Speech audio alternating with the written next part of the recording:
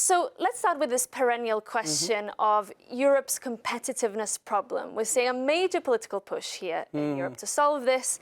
We're hearing that the economy is lagging behind competitors, that we really need to do something about this urgently. When does your institution, the European Patent Office, come in into all of this? Well, before I tell you or try to explain where we come in, let me tell you that the diagnostic is known, is publicly known. I mean, we need to complete the internal market. This corresponds to a non-custom barrier of around 40 to 60% for our goods, 100 to 110% for our services. This has been estimated of a non-generation of GDP of around 600 to 700 billion euros, which is basically what we need to complete the internal market.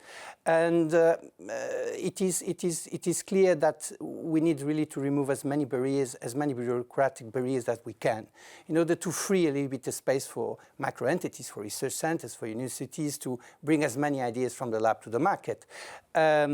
So it's pretty clear what we need to do.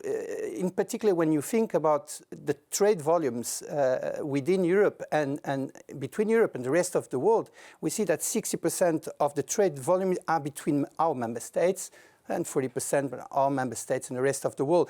So in a way, we need to look at our competition rules. I'm not saying that we need to deregulate them, but it is clear that these rules have been designed for within the internal market and not for Europe competing in the global market. So we need to have a look into it because in the past 50 years, we didn't generate a 100 billion worth company. Or a trillion worth company, which is basically the value of many US companies or Chinese companies.